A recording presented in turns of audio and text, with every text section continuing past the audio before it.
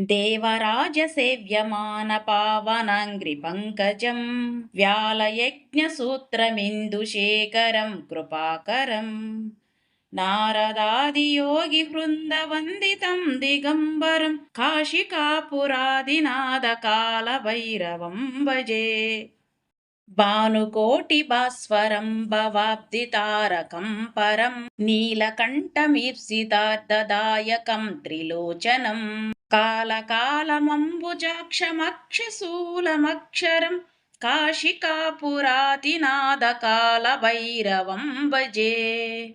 सोलटङ्कपाशदण्डपाणिमादिकारणं श्यामकायमादिदेवमक्षरं निरामयं भीमविक्रमं प्रभुं विचित्रताण्डवप्रियं काशिकापुरादिनाथकालभैरवं भजे। भुक्तिमुक्तिदायकं प्रशस्तचारुविग्रहं भक्तवत्सलं स्थितं समस्तलोकविग्रहम् निक्वनन्मनोज्ञहेमकिङ्किणीलसत्कटिं काशिकापुरादिनाथकालभैरवं भजे। धर्मसेतुपालकं त्वधर्ममार्गनाशकं कर्मपाशमोचकं सुशर्मदायकं विभुम् स्वर्णवर्णकेशपाशशोभिताङ्गमण्डलं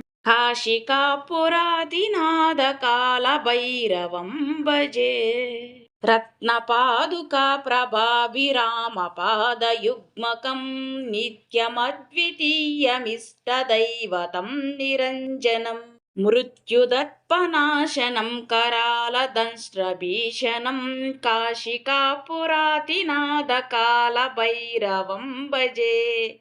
हट्टहासभिन्नपद्मजण्डकोशसन्ततिं दृष्टिपातषष्टिपापजालमुग्रशासनम् अष्टसिद्धिदायकं कपालमालिकन्धरं काशिकापुरादिनाथकालभैरवं भजे। भूतसङ्गनायकं विशालकीर्तिदायकं काशीवासिलोकपुण्यपापशोधकं विभुम् नीतिमार्गकोविदं पुरातनं जगत्पतिं काशिकापुरादिनाथकालभैरवं भजे।